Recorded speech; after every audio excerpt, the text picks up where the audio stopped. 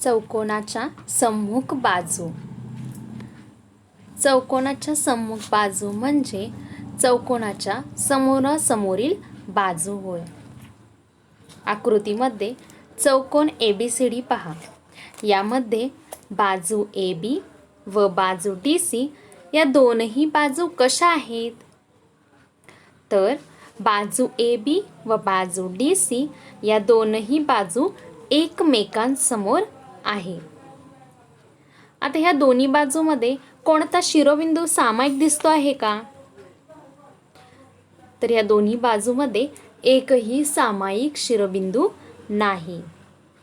म्हणजेच चौकोनाच्या ज्या दोन बाजूंना एकही सामायिक शिरोबिंदू नसतो त्या बाजूंना चौकोनाच्या सम्मुख बाजू असे म्हणतात. व्याख्या पुन्हा एकदा सम्मुख बाजूची पहा. चौकोनाच्या ज्या दोन बाजूंना एकही सामायिक शिरोबिंदू नसतो त्या बाजूंना चौकोनाच्या सम्मुख बाजू असे म्हणतात. आता अजून दुसरी कोणती जोडी या आकृतीमध्ये आहे चौकोन ABCD मध्ये? बघा, पहिली जोडी कोणती होती?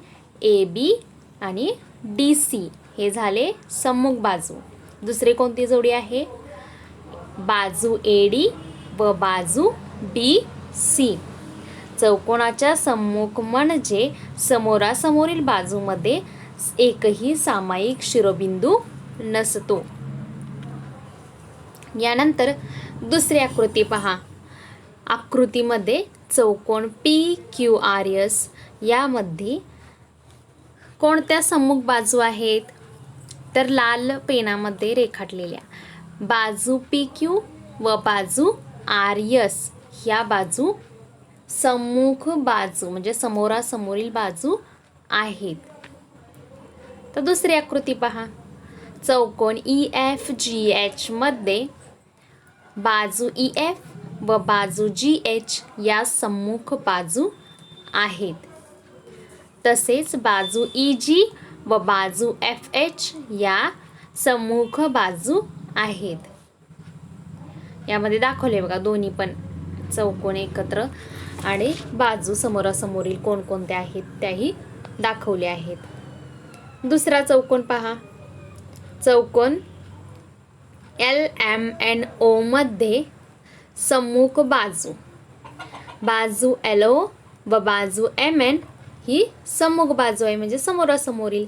तसेच बाजू LM व बाजू ON ही सुद्धा सम्मुख बाजू आहे. म्हणजे प्रत्येक चौकोनामध्ये दोन सम्मुख बाजूच्या जोड्या असतात.